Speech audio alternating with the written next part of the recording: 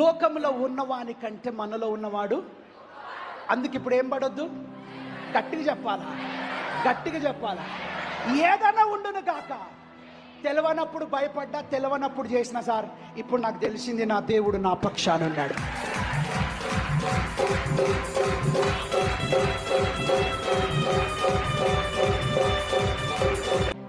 మన దగ్గర ఉన్నాడు అన్నున్నాడు. స్టీవెన్ అన్న ఒకసారి నిలబడండి ప్లీజ్. ఆయన మెడల్ ఏముందో చూసిర్రా? కొన్ని సంవత్సరాల నుండి ఆ బోర్డు వేసుకొని తిరుగుతాడు ఆయన. కొట్టిండ్రు, రక్తం గారింది.